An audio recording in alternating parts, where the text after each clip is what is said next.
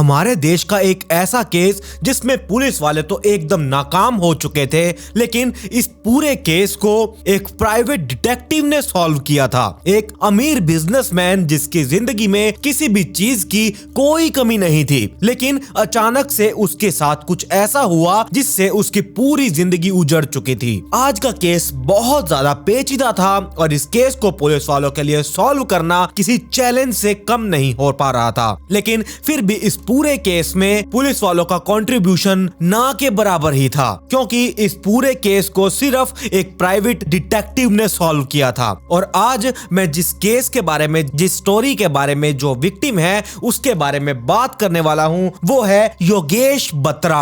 योगेश बत्रा का ये केस है। चलिए जानते हैं कि ये योगेश बत्रा कौन था और आखिरकार इसके साथ ऐसा क्या हुआ कि इसकी पूरी जिंदगी ही तहस नहस हो गई, जबकि इसकी जिंदगी बहुत बढ़िया एक लग्जरियस लाइफस्टाइल चलता था। तो आखिरकार ऐसा क्या हुआ था, चलिए जानते हैं आज की इस पूरी स्टोरी के बारे में। लेकिन उससे पहले मेरा नाम है करुण, आप लोग देख रहे हैं नाइट फाइल्स पॉडकास्ट। अगर आप लोगों ने अभी तक इस चैनल को सब्सक्राइब नहीं किया है तो चैनल को सब्सक्राइब कर लीजिए, साथ में नोटिफिकेशन बेल आइकन को दबाना बिल्कुल भी मत भूलिएगा। मेरी इंस्टाग्राम आईडी आपकी स्क्रीन के ऊपर है, इसका लिंक नीचे डिस्क्रिप्शन में भी दिया हुआ है, जाइए और जल्दी से इंस्टाग्राम आईडी को फॉलो कर लीजिए और साथ में कमेंट में पिक में लिखना बिल्कुल मत भूलिएगा। आज की जो स्टोरी है ये शुरू होती है हरियाणा के यमुनानगर से। यमुनानगर स्पेशली एक इंडस्ट्रियल एरिया है जहां पर बहुत बड़े बड़े बिजनेसमैन रहा करते हैं। यहीं पर एक बिजनेसमैन रहा करता था जिसका नाम था योगेश बत्रा। इनकी शादी हो चुकी थी, पत्नी का नाम था प्रियंका बत्रा। इनके 2 बच्चे भी थे। कहानी यहाँ पर शुरू हुई 27 मई 2016 को, जब योगेश बत्रा की पत्नी प्रियंका अचानक से अपने बेडरूम से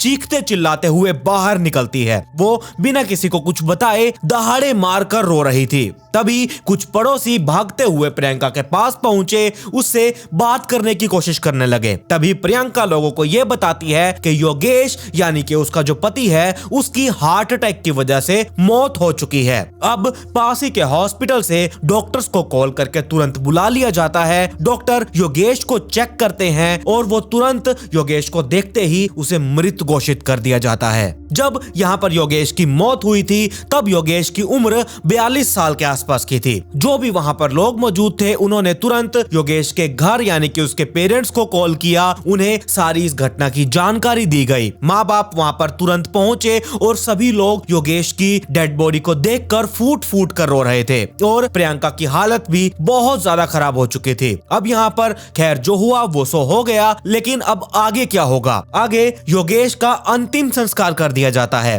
माँ बाप सदमे में थे। उन्हें ये यकीन हो ही नहीं रहा था कि उनके बेटे की मौत हो चुकी है, वो भी एक हार्ट अटैक की वजह से। ऐसा उन्हें कुछ हजम नहीं हो रहा था, लेकिन इसके माँ बाप जो थे वो अब सदमे में जा चुके थे, इसीलिए उन्हें ये जो कानो सुनी बात थी ये भी कुछ सच नहीं लग रही थी। वो यकीन ही नहीं कर पा रहे थे कि उनकी बेटे की अचानक हार्ट अटैक आने के कारण मौत हो चुकी है, क्योंकि उन्हें पता था उनका लड़का जो योगेश है वो एकदम तंदुरुस्त है, उसे कोई बीमारी नहीं, पहले कभी हार्ट अटैक नहीं हुआ, ऐसी हार्ट अटैक जैसी कोई बीमारी नहीं थी, तो एकदम से कैसे उसे हार्ट अटैक आ सकता है। माँ बाप को ये शक था, इसीलिए वो लोग अपने बेटे का, योगेश का पोस्टमार्टम करवाना चाहते थे। लेकिन प्रियंका अपने पति को ऐसे नहीं देख सकती थी, इसीलिए उसने तुरंत जल्दी जल्दी में अपने पति योगेश बत्रा का अंतिम संस्कार करवा दिया। खैर यहाँ पर धीरे धीरे अब समय बीत रहा था और सारी चीजें धीरे धीरे नॉर्मल होने लग रही थी। अब प्रियंका भी इन हालातों से लड़कर धीरे धीरे दिन को काट रही थी, लेकिन जो योगेश के माता पिता थे वो अभी तक अपने बेटे की मौत से उबर नहीं पाए थे। योगेश की माँ अक्सर ये कहा करती थी कि योगेश उनके सपने में आया करता है। वो अक्सर ये बातें योगेश के पिता को बताया करती थी। वो कहती थी कि योगेश सपने में आकर मुझे बचा लो माँ, मुझे बचा लो, ये चीजें बोलता रहता है। योगेश के पिता को ये लग रहा था कि शायद बेटे के गम से इसकी माँ अभी तक उभर नहीं पाई हैं, इसीलिए शायद इनके साथ ये सारी चीजें हो रही हैं। योगेश के माँ बाप के रिश्ते प्रियंका के साथ कुछ यहाँ पर ज्यादा अच्छे नहीं थे। शादी के बाद से ही प्रियंका और योगेश की माँ के बीच अक्सर लड़ाई झगड़े हुआ करते थे। हाँ, वही सास बहू वाली लड़ाई झगड़े। तो इसीलिए योगेश अपनी पत्नी के साथ अलग रहा करता था। वो अपने माँ बाप से दूर तो था ही, तो अक्सर वो अपने माँ बाप से मिलने कभी कभार चला जाया करता था। और क्योंकि योगेश के माँ बाप के जो रिश्ते थे वो प्रियंका के साथ ज्यादा अच्छे नहीं थे, तो इसीलिए उसके माँ बाप को ये शक हो रहा था कि शायद योगेश की मौत के पीछे प्रियंका का हाथ हो सकता है। इसीलिए उसके माँ बाप शक के बिहाफ पर पुलिस स्टेशन गए और वहां पर योगेश के हार्ट अटैक वाली बात पर शक जताया और उन्होंने पुलिस वालों को यह कहा कि उनका जो बेटा योगेश है उसकी हार्ट अटैक की वजह से मौत हुई ही नहीं है, बल्कि हमें तो यह शक है कि उसकी मौत एक कत्ल है। अब यहाँ पर पुलिस वालों ने जैसे तैसे करके रिपोर्ट तो लिख ली थी, लेकिन आप लोगों को इतना तो पता ही है कि पुलिस वालों का हमारे यहाँ का कानून कैसा है। पुलिस वालों ने इसे ज्यादा सीरियस नहीं लिया। उन्हें ये लग रहा था कि बेटे की मौत से शायद ये लोग सदमे में आ चुके हैं। खैर, माँ बाप अब कर भी कह सकते थे, उनके पास कोई सबूत भी नहीं था। इसीलिए योगेश के माँ बाप ये इंतजार कर रहे थे कि आखिरकार पुलिस वाले कब इस केस पर एक्शन लेंगे। इसीलिए वो पुलिस वालों के भरोसे बैठे रहे। कुछ टाइम ऐसे ही बीत गया और इधर जो दूसरी तरफ प्रियंका थी वो पूरी तरह संभल चुकी थी। उसने योगेश के सारे बिजनेस को अपने नाम कर लिया था और अब वो उस सारे बिजनेस को वो खुद अकेली संभाल रही थी। प्रियंका अब बदली बदली लग रही थी। उसे देखकर ऐसा बिल्कुल नहीं लग रहा था कि उसकी पति की हाल ही में कुछ टाइम पहले मौत हुई है। अब योगेश की मौत को यहाँ 4 महीने बीत चुके थे, लेकिन पुलिस वालों ने अभी तक कोई सीरियस एक्शन नहीं लिया था। अब थक हार कर माँ बाप ने यह फैसला किया कि वो इस केस की इन्वेस्टिगेशन के लिए एक प्राइवेट डिटेक्टिव को हायर करेंगे। बेसिकली वैसे तो एक जासूस का इस्तेमाल हमारे भारत में ज्यादातर नहीं होता, लेकिन कई सारे बड़े बड़े देशों में इसका आमतौर पर इस्तेमाल कर लिया जाता है। जैसे कि आप ये मान लीजिए, जैसे किसी पत्नी को अपने पति के ऊपर शक है तो वो किसी प्राइवेट डिटेक्टिव को बुलाकर उसे हायर कर लेती हैं और वो अपने पति की जासूसी के लिए उन्हें छोड़ देती हैं। खैर, यहाँ पर भी योगेश के माँ बाप ने एक प्राइवेट जासूस को हायर किया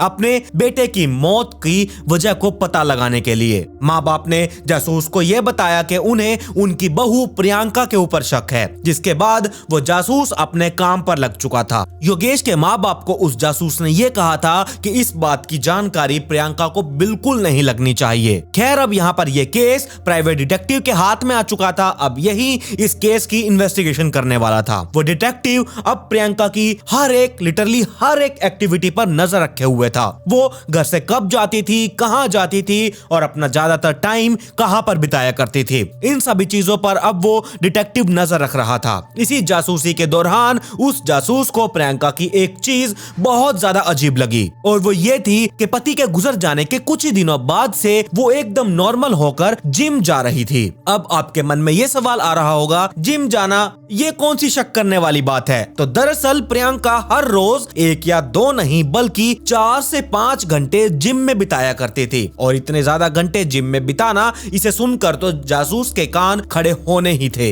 इसीलिए वो इस दौरान जासूस की नजर प्रियंका के ऊपर बनी रही। तो ये जो डिटेक्टिव था, इसको अब यहाँ पर प्रियंका के ऊपर एक और चीज खटक रही थी। दरअसल प्रियंका अपने जिम ट्रेनर रोहित के साथ कुछ ज्यादा ही क्लोज थी। क्लोज से मेरा मतलब दोस्ती से क्लोज नहीं, किसी और तरीके से क्लोज। तो जासूस ने ये देखा कि वो ट्रेनर जिसका नाम रोहित था वो प्रियंका के घर पर आने जाने लगा था। ये बात उस जासूस को बहुत ज्यादा खटक रही थी कि ये एक जिम ट्रेनर प्रियंका के घर पर हर रोज क्यों आ रहा है। अब ये जो डिटेक्टिव था, इसने अपनी जांच की कड़ी इन्वेस्टिगेशन और ज्यादा मजबूत कर दी। अब प्रियंका के साथ साथ वो रोहित की भी हर एक एक्टिविटी पर नजर रखे हुए था। प्रियंका और रोहित दोनों एक साथ में काफी ज्यादा टाइम बिताने लगे थे और इसी दौरान जासूस के हाथ में एक बहुत बड़ा सबूत लग चुका था। एक ऐसा सबूत जिससे ये पूरा केस कहीं ना कहीं सोल्व ही हो चुका था। दरअसल उस जासूस को प्रियंका और रोहित की कुछ फोटोज मिली। वो फोटोज ऐसी फोटोज थी जिन्हें देखकर कोई भी इन दोनों के रिश्ते पर सवाल उठा सकता था। अब सिर्फ फोटो के सहारे तो इस केस को सॉल्व नहीं किया जा सकता था, तो उस डिटेक्टिव ने इस केस को सॉल्व करने के लिए और कई सारे जरूरी सबूत इकट्ठा करने थे।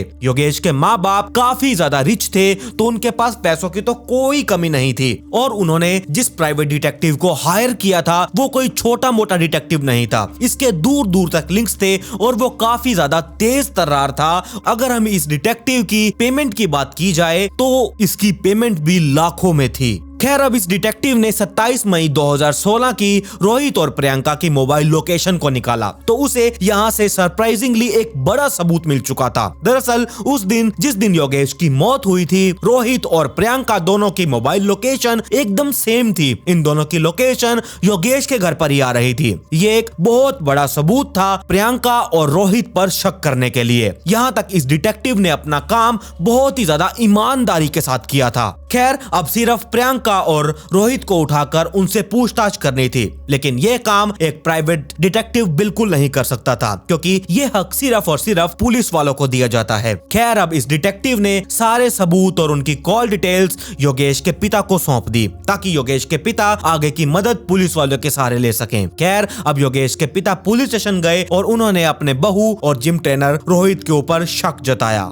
और अपने बेटे की मौत के पीछे इन दोनों को ठहरा दिया। योगेश के पिता ने सारे सबूतों को पुलिस वालों के आगे सौंप दिया। यहाँ पर एक चीज गौर करने वाली थी, ये सारी इन्वेस्टिगेशन एक्चुअल में तो पुलिस वालों को करनी थी, बट ये सारी की सारी इन्वेस्टिगेशन तो एक प्राइवेट डिटेक्टिव ने की थी। इसी चीज से आप पुलिस वालों की लापरवाही का अंदाजा लगा सकते हो। खैर अब ये कहीं ना कहीं जो केस सॉल्व हो चुका था, ये अब केस पुलिस वालों के हाथ में आ चुका था। अब पुलिस वालों को सिर्फ प्रियंका और रोहित को उठाना था और उन लोगों से पूछताछ करनी थी और ये केस एकदम सॉल्व हो जाता। अब पुलिस वाले भी सारे सबूतों को देखकर हरकत में आ चुके थे और प्रियंका के पड़ोसियों से और जिम वाले लोगों से पूछताछ करना शुरू कर देते हैं। यहाँ से प्रियंका और रोहित के रिश्तों के बारे में पता चल चुका था। ये दोनों योगेश की मौत से पहले बहुत ही कम मिला करते थे, लेकिन योगेश की मौत के बाद से ये दोनों खुलेआम मिलने लगे थे और अब आगे की इन्वेस्टिगेशन में पुलिस वालों के हाथ एक और बड़ा सबूत लग चुका था। दरअसल प्रियंका ने जिम ट्रेनर रोहित को 36 लाख रुपए की कार गिफ्ट की थी। जी हाँ, ये बिल्कुल सच है, 36 लाख रुपए की कार। अब पुलिस वालों के पास इन दोनों को अरेस्ट करने के लिए कई सारे सबूत मौजूद थे,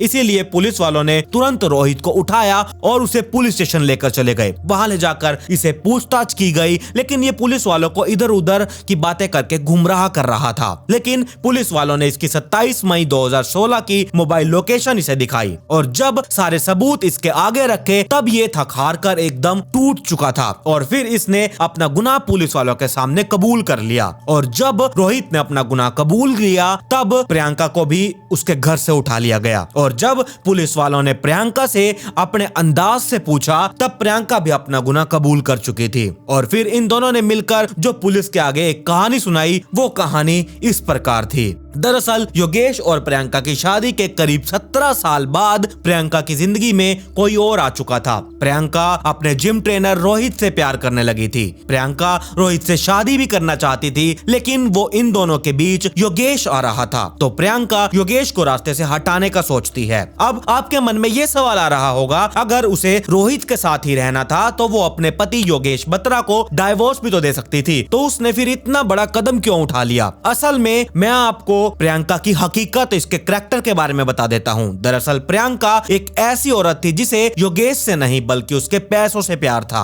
वो योगेश को छोड़ना तो चाहती थी, लेकिन उसे योगेश के पैसों से बहुत लगाव हो चुका था। तो अब उसने रोहित के साथ मिलकर योगेश को रास्ते से हटाने का प्लान बनाया और फिर 2 किलर्स को 10 लाख रुपए देकर उन्हें हायर कर लिया। जी हाँ, आपने एकदम सही सुना, एक पत्नी ने अपने पति की सुपारी दे दी। इनका प्लान ये था कि ये लोग रात के समय में योगेश के घर पर जाएंगे और जब ये सो रहा होगा तब उसे बेहोशी का इंजेक्शन दे दिया जाएगा और उसके बाद उसे गला दबाकर उसे हमेशा के लिए सुला दिया जाएगा और फिर उसकी डेड बॉडी को किसी नहर में फेंक दिया जाएगा। ऐसा करने से योगेश गायब हो जाएगा और किसी को इसकी भनक तक नहीं लगेगी। खैर प्लान के मुताबिक 26 मई की रात योगेश के सोने के बाद रोहित और वो 2 किलर्स योगेश के घर के अंदर एंटर हो जाते हैं और इनको एंटर करने के लिए घर का गेट प्रियंका ने ही खोला था। लेकिन जैसे ही ये लोग योगेश को इंजेक्शन लगा रहे थे, वैसे ही योगेश एकदम जाग चुका था और इंजेक्शन की सुई जबरदस्ती करते हुए वो टूट चुकी थी। योगेश इन अनजान लोगों को अपने घर में देखकर शॉक्ड रह जाता है, जिसके बाद प्रियंका उन किलर्स को योगेश को मारने की